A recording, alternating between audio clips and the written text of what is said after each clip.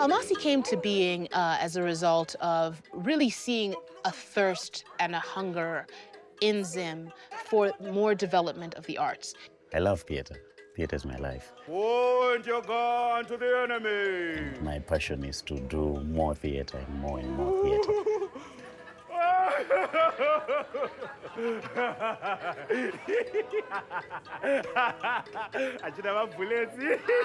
It's high time that the world gives us our space. So many stories are being told about us by other people. Just give us a space. Give us the space to tell our own stories. We actually have stronger stories to tell, Zimbabweans. Those stories need to be told, and they need to be told right here, right now. The thing that was missing was training. There was a lot of people just doing it and learning through experience without having the necessary skills. So Almasi came in to fill the skill gap.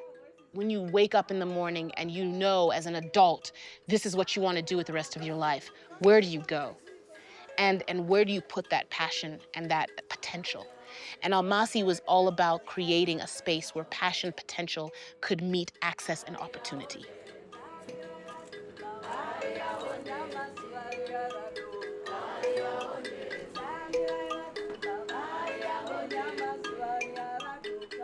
A lot of these trainings were entirely focused on giving the creative skills. There's a lot that you have to learn before you get to the product. How can we be able to give you those skills? And all that with the stage readings, all that was part and parcel of the learning never ends. When I've been going through a stage manager workshop this past week, and it has been amazing. It's interesting to finally realize how stage management is done outside Zimbabwe, because we don't really have proper training this side. We definitely need more actors workshops, more workshops like this, and get more people, especially upcoming actors, to come in and experience this.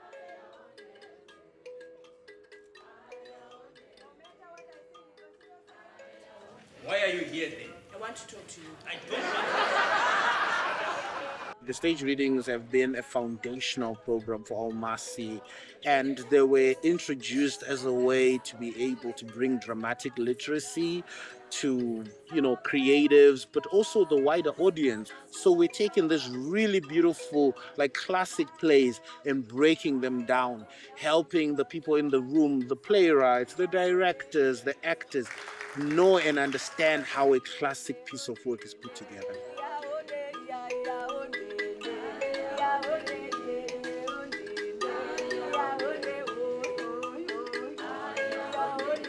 A lot of plays were being written in 2 days, in 1 week, where there was no ultimate rigor to the development of a piece of work.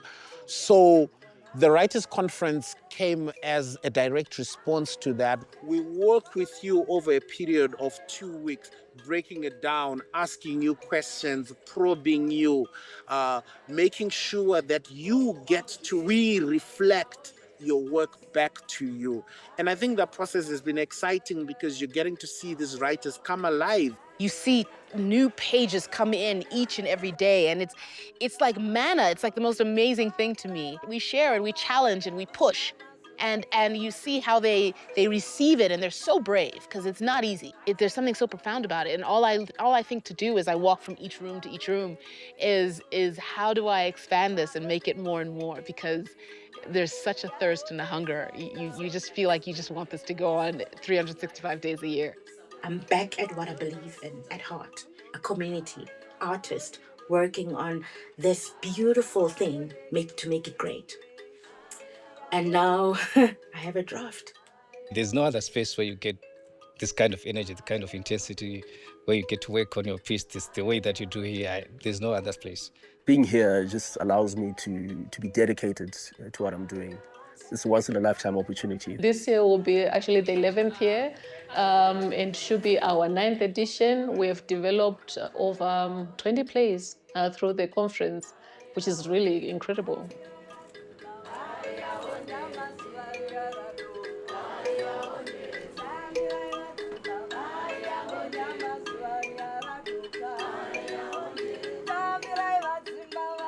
when you invest in an African artist in a very deliberate and a structured and a very specific way, the results are astounding.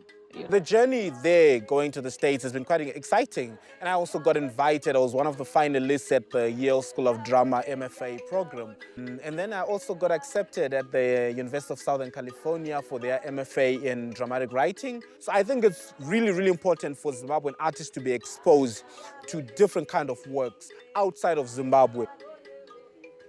I would say it woke me up. It was just, that wake-up call, wake up, wake up, wake up, wake up.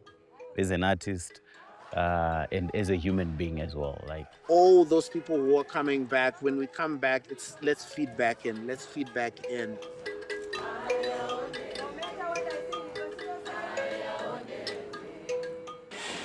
The idea with family rights was actually us moving towards our phase 2, which is bringing the African narrative to the global stage. Because we're like, okay, we've done phase 1, where we've been building artists, we've been creating the kind of systems that are important in order for us to create any meaningful dramatic work. People finally get to see some of the work that I've done over the years, who I am as a writer, because I always think the fact that I'm exposing people to stuff that I created, I'm exposing a little bit of myself to the audience, and I'm excited for that. I think it's gonna be good for me. I think it's gonna be good for them. It allowed us to be able to shift, right? To say we've been working on process, right? But what does it look like when we take that process and put it into product?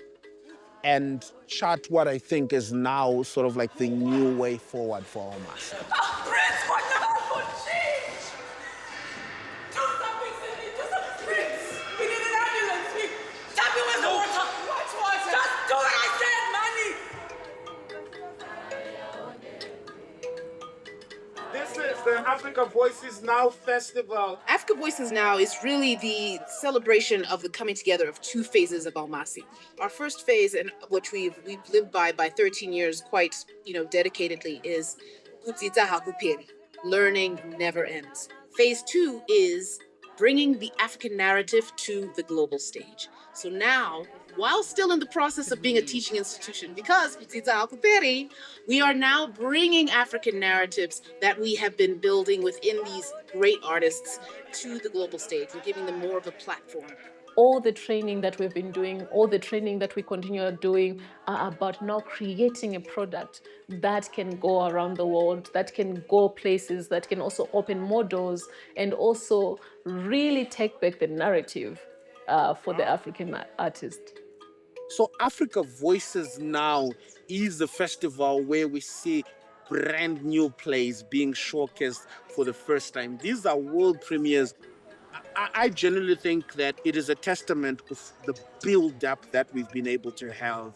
It is a testament of all the work that has gone in over the past decade. What Almas is trying to do hasn't been done in Zim before, like workshopping and play the whole year. So in that process, there's a lot of rigor and a lot of hard work and a lot of changes. That's why you have to be willing to adapt to these changes day by day, week by week. So it has been long. I've been waiting for this for a year, so I think I'm excited to see how it looks from page to stage. So I can't wait. Hey everybody, and welcome to Almasi's inaugural Africa Voices Now Festival. This is really, really special because it is a time where the work we've been doing over the last 13 years starts to come to life for a larger audience. For you to go overseas, it's because I fought a battle on this list. Now you call your turn. We're learning every minute of this, how to do it better and more efficiently next time. But we would love to make this a mainstay event and open it up in a more international way in the future. Our sister is refusing to be buried. The undertaker has been trying for hours to move the coffin from the house. Where would I get the courage, child, to be brave enough, strong enough, and ready to bring you into a world with too many clenched fists, too many open palms, too many potholes, too many broken dreams, too many frolicking leaders? I'm just grateful. and that I get to be part of the journey, that I get to facilitate um, this kind of change, that is really meaningful. Almasi coming onto the art scene has really changed the game for us and for me personally. What do you offer them? The bread of life. You're a low life.